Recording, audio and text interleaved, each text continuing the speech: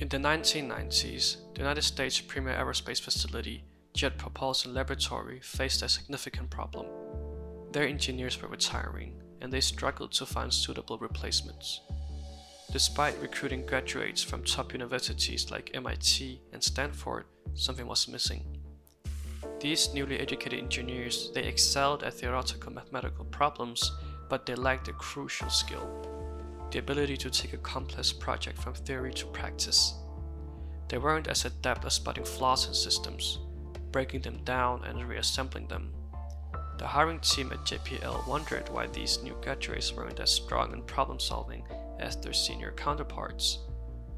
After some time, they asked both the graduates and the seniors about their youth, and here they discovered a key difference that influenced their ability to think creatively, learn effectively, and solve problems.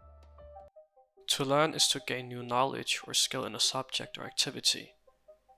But how do we learn, generally speaking? What actually happens in the brain? Well, neuroplasticity happens.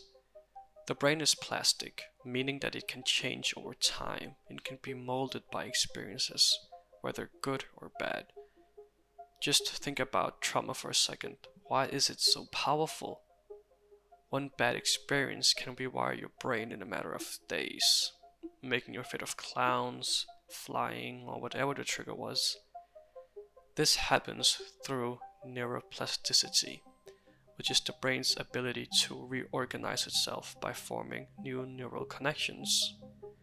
This ability is fundamental to how we learn, remember, and adapt to new experiences.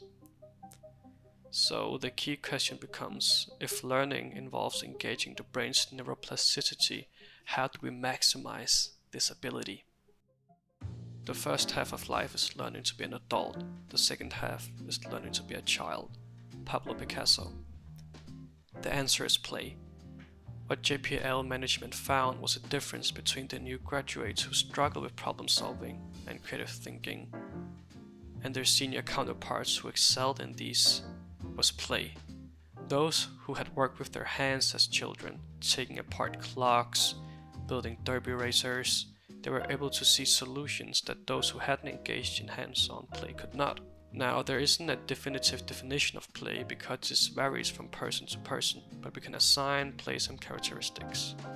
First is that it's apparently purposeless. Second is that it's voluntary. Third, it is inherently attractive.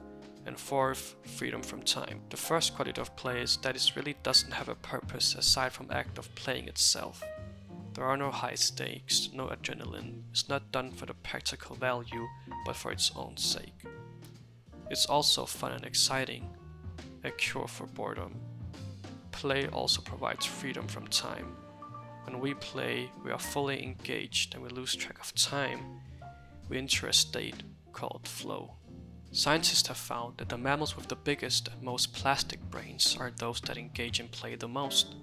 This is quite intriguing because play appears to be purposeless, yet it is found among bears, birds, leopards, wolves, cats and dogs, and even squids. More interestingly, the bear that was the most playful had the highest survival rates, even though playing consumes energy and takes time away from hunting. So what does play actually do? How can it be so crucial for brain development and survival? For animals, play allows them to learn about the environment and the rules of engagement with friends or foes in a low-stakes situations. In humans, when we role-play, for example, we stimulate life. We imagine and experience situations which we haven't encountered before, and we learn from them. Active play stimulates brain-derived neurotrophic factor, which promotes nerve growth in the amygdala, where emotions are processed, and the prefrontal cortex, where our executive decisions are made. So you might ask, in the realm of studying, how do you implement play? Techniques such as elaborative interrogation, in where you curiously ask why and how questions in relation to the information you're reading about, or interleaving, where you mix different aspects of the same subject to find out how it all relates to each other, seeing it from different angles, using flashcards for active recall and creating mind maps, I would argue that all these techniques use play in the form of being curious and seeing the information from different angles, almost like you're assembling a jigsaw piece in your mind, gamifying the process. But these are just a couple of the methods out there, and I implore you to read about them. However, if you approach studying in a rigid mindset, in where you see your learning as a linear curve, you aren't engaging in play anymore. You're just studying.